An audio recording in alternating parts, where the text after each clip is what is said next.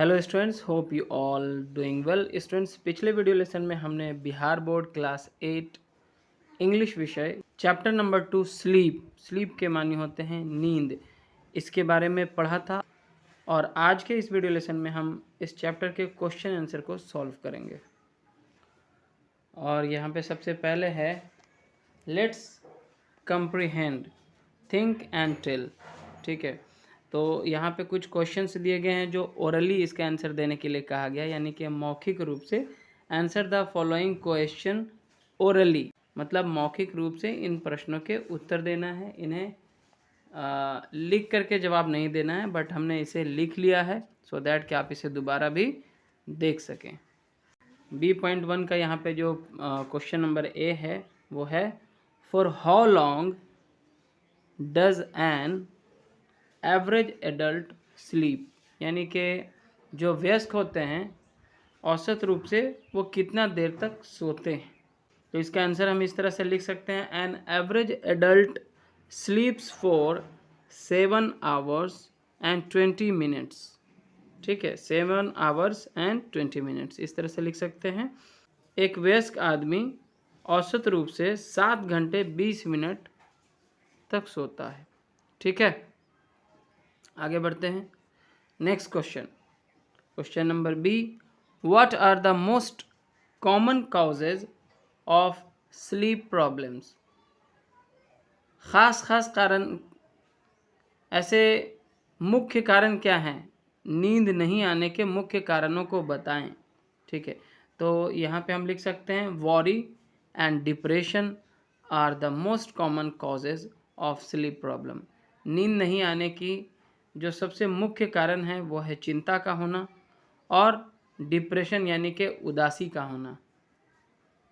ठीक है, तो ये दो रीज़न मेन है। अगर हमें चिंता रहती है या हम किसी चीज़ के दुख में होते हैं तो उस समय हमारी नींद जो है उड़ जाती है। आगे बढ़ते हैं।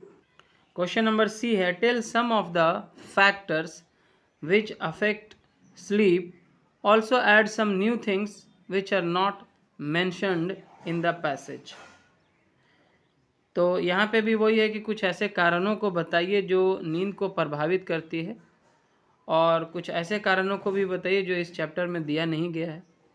तो यहाँ पे हम लिख सकते हैं noise, light, heat, cold, fear, tension और new surroundings are some of the factors which affect sleep. तो यहाँ पे हमने लिखा है कि शोर शराबा है ना, बहुत ज़्यादा तेज़ साउंड कहीं पे हो रहा होता है, डीजे बज रहा होता है, लाइट जला रहने के कारण, हीट, कोल्ड यानी बहुत ज़्यादा ठंड या बहुत ज़्यादा गर्मी होने के कारण, फियर के मानी होते हैं डर, टेंशन का मतलब होता है चिंता, और कोई नई जगह, जब हम किसी नई जगह पे शिफ्ट होते हैं या कहीं गेस्ट बन के जाते हैं तो वहाँ पे भी नींद आने में दिक्कतें होती हैं। तो ये सब कुछ खास मुख्य कारण हैं जो नींद को जो है प्रभावित करती हैं।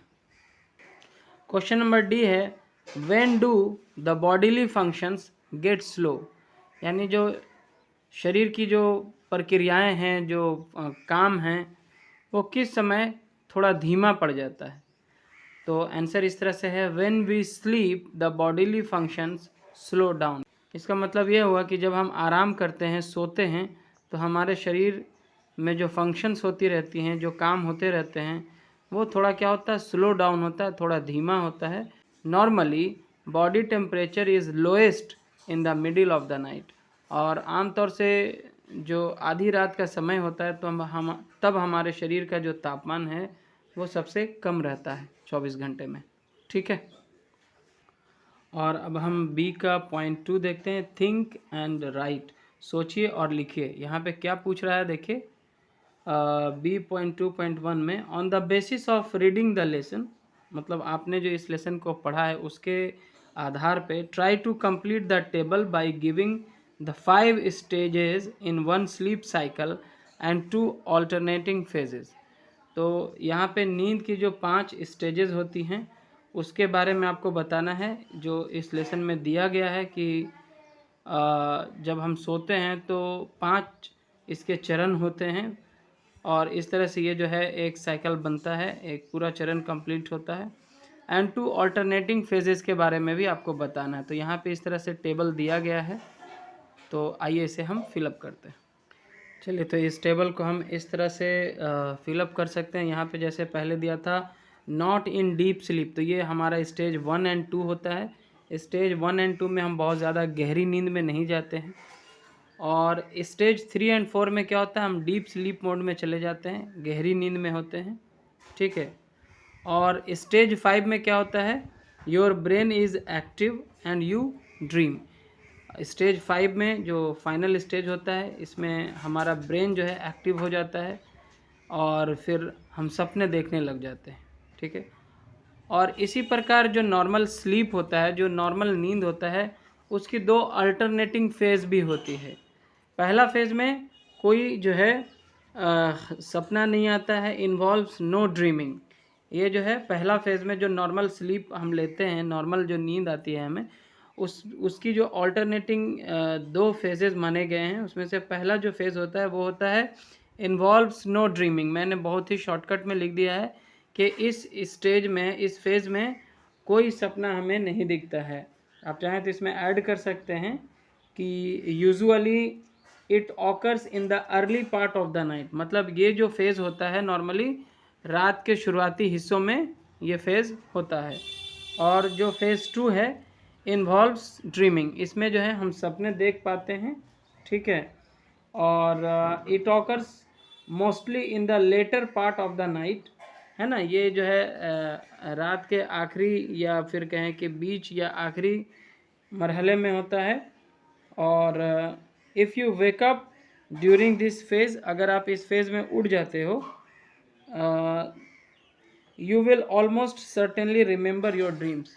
और जब हम फेज़ 2 में होते हैं और सपने देख रहे होते हैं, उस टाइम में जब आपकी नींद खुल जाती है सपना देखते देखते, तो आपको ये सपने जो है याद भी रह जाते हैं। एंड स्टूडेंट्स, अब हम आप पहुँचे हैं B.2.2 में। यहाँ पे फिर से कुछ और क्वेश्चंस हैं। Write the answer to each of the following questions in about 50 words. तो इन प्रश्नों के उत्तर जो है लगभग 50 शब्दों में आपको इसका उत्तर देना है। तो पहला क्वेश्चन है, do all adults require the same amount of sleep. क्या सभी वयस्कों को एक समान मात्रा में नींद की आवश्यकता होती है। Find out how much sleep people of different age group require. अलग अलग जो उम्र के लोग होते हैं, अलग अलग आयु के जो लोग होते हैं, उनकी जो नींद होती है वो किस तरह से डिफरेंट होती है, अलग अलग होती है। तो यहाँ पे लिखते हैं इसका answer, know all adults do not require the same amount of sleep. नहीं, सारे वयस्क लोगों को जो है एक समान मात्रा में नींद की आवश्यकता नहीं होती है। An average adult स्लीप्स for 7 hours and 20 minutes. एक औसतन देखा जाए तो वयस्क जो लोग होते हैं वो लगभग 7 घंटे और 20 मिनट सोते हैं। About 8% of adults sleep for 5 hours और लेस देन दैट। और लगभग 8% जो वयस्क लोग हैं वो 5 घंटे या उससे कम सोते हैं। 4% नीड्स स्लीप फॉर 10 आवर्स और मोर। 4% लोग ऐसे होते हैं जिनको 10 घंटे या उससे अधिक नींद की आवश्यकता होती है। Children at the age of 5 to 12 years need 10 to 11 hours of sleep each night. जो बच्चे 5 से 12 साल के उम्र के होते हैं उन्हें जो है लगभग 10 से 11 घंटे जो है नींद की आवश्यकता होती है रात में।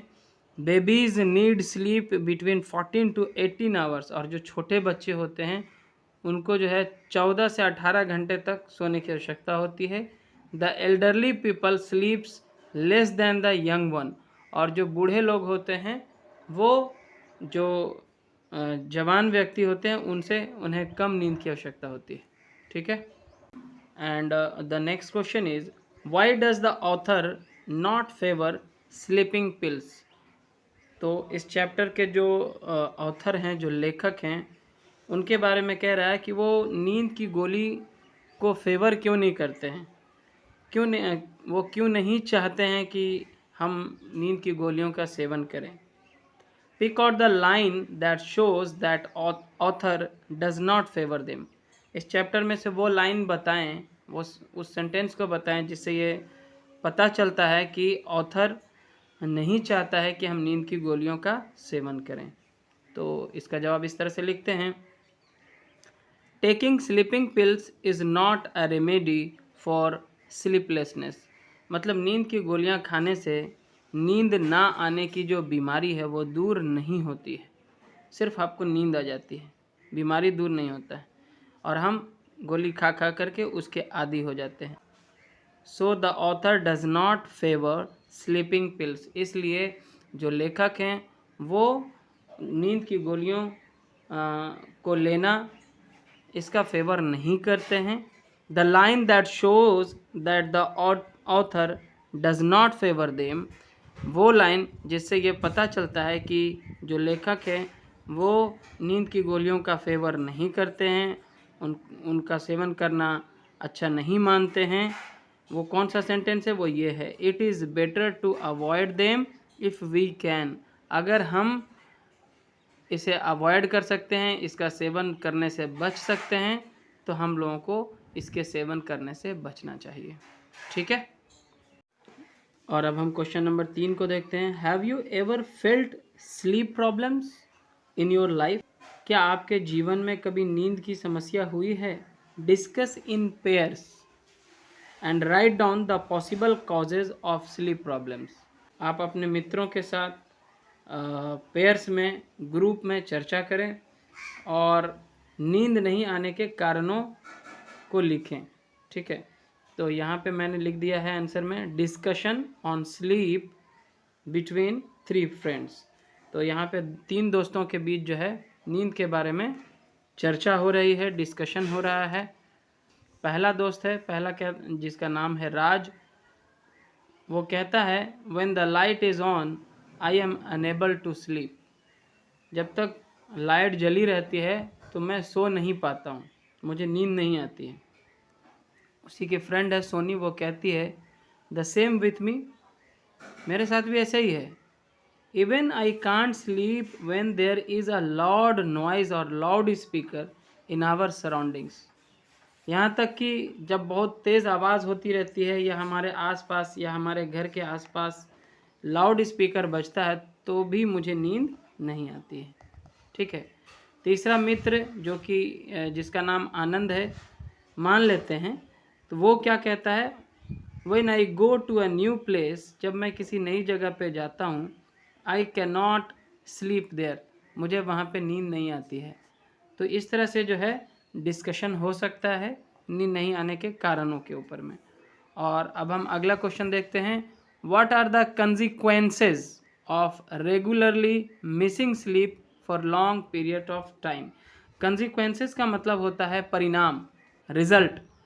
अगर किसी को काफ़ी लंबे समय तक, मतलब काफ़ी दिनों तक नींद नहीं आए तो इससे जो है क्या समस्या हो सकती है, इसके क्या परिणाम हो सकते हैं। तो इसका आंसर हम इस तरह से लिख सकते हैं, the consequences of regularly missing sleep for long period of time put very bad effect on a person. किसी भी व्यक्ति को अगर काफ़ी लंबे समय तक नींद नहीं आने की समस्या हो रही है ना, तो इसके गंभीर परिणाम हो सकते हैं, बहुत बुरा असर इससे जो है उस व्यक्ति पे पड़ सकता है। Such person started to behave strangely. ऐसे जो व्यक्ति होते हैं वो अजीब तरह से हरकतें करने लगते हैं, अजीब तरह से बिहेव करने लगते हैं। ठीक है, स्ट्रेंजली का स्पेलिंग लिखा है STRANGELY। स्ट्रेंजली मतलब विचित्र तरह से हरकतें करने लगना। ठीक है, और आगे लिखेंगे, he loses the ability to concentrate and unable to remember the things. वो किसी चीज़ को जो है सही से कॉन्सेंट्रेट नहीं कर पाता है, किसी चीज़ को अच्छे से समझ नहीं पाता है, और चीज़ों को याद रखने में भी जो है वो सक्षम नहीं हो पाता है, वो चीज़ों को जो है भूल जाता है। His behaviour becomes abnormal. और उसकी जो बिहेवियर होती है, जिस तरह से वो रिएक्ट करता है, उसका जो बर्ताव होता है वो असाधारण हो जाता है, एबनॉर्मल हो जाता है। ठीक है, और नेक्स्ट क्वेश्चन है C.1 में, there are 6 words connected with sleep, find them out from the grid, you may use the clues below. तो यहाँ पे एक ग्रिड दिया गया है जिसमें 6 वर्ड्स आपको ढूंढने हैं जो कि स्लीप यानी कि नींद से रिलेटेड है। इसके लिए जो है हमें कुछ क्लॉज भी दिए गए हैं जो नेक्स्ट पेज में है। पहला है यहाँ पे देखिए, happening by turns, first one and then the other. Para 3 में ये मिलेगा, यानी कि कोई चीज़ जो है एक के बाद एक होते रहना। इसका मतलब क्या होगा, happening by turns, first one and then the other. मतलब कोई चीज़ एक साइकिल में होना, एक के बाद एक होते रहना, ठीक है, इसका मतलब यही होता है। तो इसे हम ढूंढते हैं। तो पहला जो है उससे रिलेटेड वर्ड यहाँ पे आपको मिल जाएगा। देखिए यहाँ पे है वो वर्ड हमारा साइकिल। जो क्लॉज दिया गया है उसके अकॉर्डिंग क्या होगा, साइकिल। जो साइकिल क्या होता है, किसी भी चीज़ का चक्र क्या होता है, एक के बाद एक होते रहना, है ना। तो ये हो जाएगा पहला का साइकिल। पहला का उत्तर हम क्या लिखेंगे, साइकिल। पहला का हो जाएगा साइकिल, ठीक है। नेक्स्ट देखते हैं, जो दूसरा क्लॉज है वो है ओल्ड पीपल। ये पैरा 2 में दिया गया है, पैराग्राफ 2 में मिल जाएगा। तो बुक में आप जब जाके पैराग्राफ 2 में देखेंगे तो यहाँ पे एक वर्ड हमको मिलता है एल्डरली। ओल्ड पीपल को हम क्या बोलते हैं, एल्डरली पीपल। जब आप ग्रिड में आकर देखेंगे तो यहाँ पे आपको वो शब्द मिल जाएगा, एल्डरली है। तो यहाँ से जो है इस तरह से इसे आप नोट कर सकते हैं। तो दूसरा जो क्लॉज था उसके अकॉर्डिंग कौन सा वर्ड इस ग्रिड में मिलता है, एल्डरली। तो दूसरा में हो जाएगा आंसर एल्डरली। एल्डरली मतलब होता है ओल्ड पीपल, ठीक है, एल्डरली। क्लियर है, आगे बढ़ते हैं। तो देखिए तीसरा जो क्लॉज है वो है स्टेट ऑफ बीइंग सैड और ग्लूमी। मतलब ऐसी अवस्था जिसमें व्यक्ति जो है उदास रहता है, चिंतित रहता है। और ये शब्द आपको पैराग्राफ 8 में मिल जाएगा। तो चिंतित होना को हम अंग्रेजी में वॉरी कह सकते हैं। यहाँ पे देखिए वॉरी लिखा हुआ है, WORRY, है ना। वॉरी मतलब ही तो होता है चिंता। तो हम इसको यहाँ से मिला लेते हैं। ये हमारा तीसरा जो क्लॉज था उसका आंसर हो जाता है वॉरी। वॉरी मीन्स होता है चिंता, ठीक है,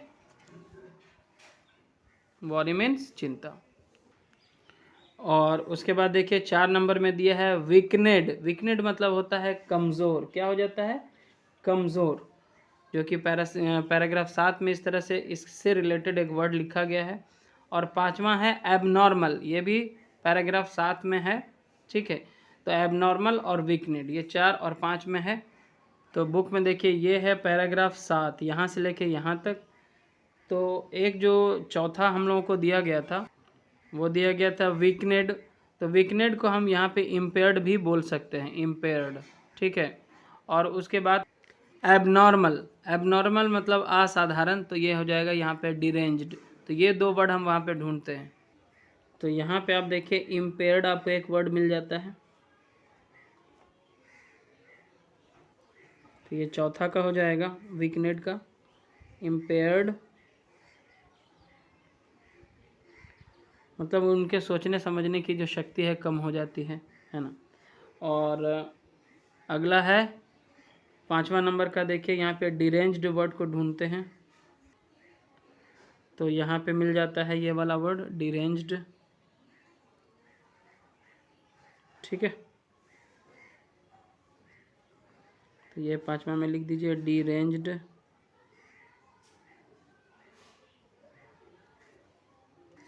डिरेंज्ड के मानी भी होते हैं एबनॉर्मल या असामान्य, ठीक है।